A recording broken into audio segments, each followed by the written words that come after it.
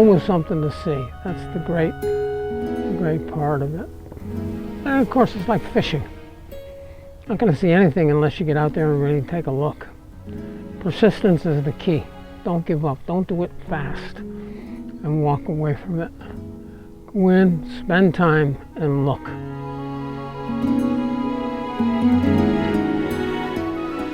Oh, you hear that high pitch? Mew, mew. Yellow-bellied sapsucker. That's moving through. Boo, boo.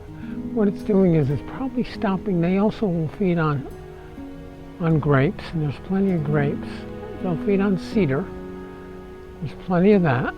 And then they'll stop and, of course, drill holes. Come back later and visit for sap. But there's not a whole lot of good sap trees here.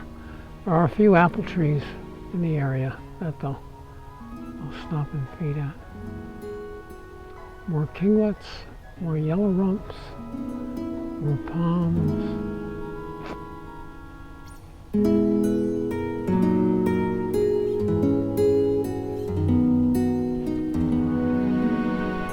This whole coastal area, the reason why it's so important, and a lot of people talk about it, is there is sort of a continuum of salt marshes and this scrub habitat running down the coast, but because it's such a nice habitat, there's been a lot of building and destruction and inroading into it. We can look around here, and there are marinas over there, and there are houses right out on the marsh, and all of that, of course, disrupts this habitat.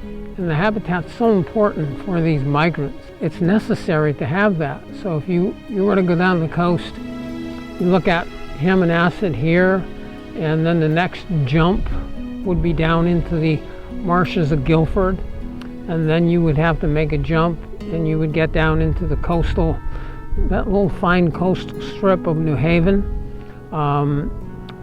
And we know so many things come through Lighthouse Park, and then shift on over, and they're on the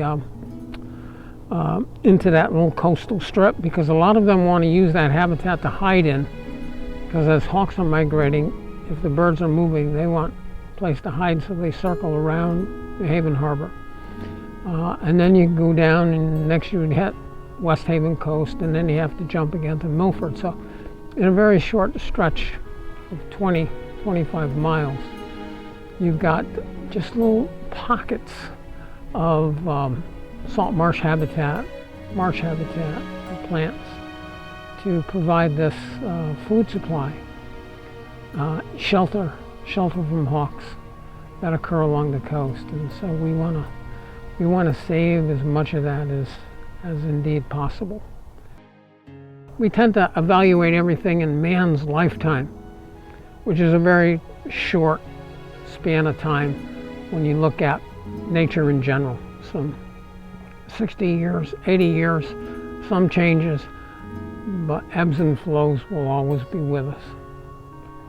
And it's obvious when you come out and you bird for 50, 60 years, you're going to see a lot of changes come about. So some have dropped, others have increased. That's the ebb and flow of life. Slow migration is so great. Always something to see.